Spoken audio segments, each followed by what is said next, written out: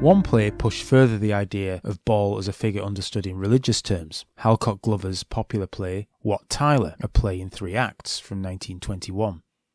In Glover's play, Ball is thin and pale, and white-faced and weak, and this was not just due to his stint in prison. It's part of Ball's persona as a kind of religious virtuoso. Glover's near-saintly Ball has dreams and visions and describes himself as a seeing man.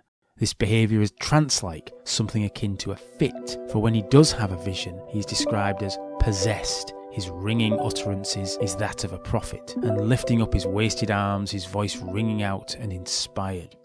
This partly accounts for the description of Ball as mad. Usually in the history of reception, Ball is deemed mad because he was making claims far ahead of his time that people could not comprehend.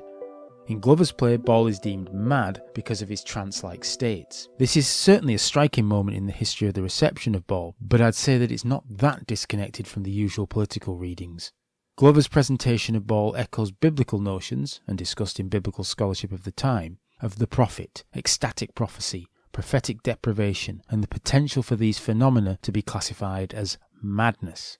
The biblical prophet was the model for Ball as a prophet elsewhere. Glover was just expanding the notion to include their less conventional behaviours. But Glover's presentation of Ball also recalled the behaviour of recognisable interwar religious virtuosi in an era of theosophy, spiritualism, mediums, occultism that crossed the political spectrum and were not necessarily antithetical to scientific, socialist or even secularised understandings of the world.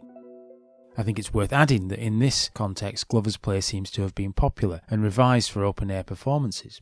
These were not simply playing to secular socialist audiences, but to a wider public audience, which meant broader and visual understandings of profit were perhaps even required to make the point.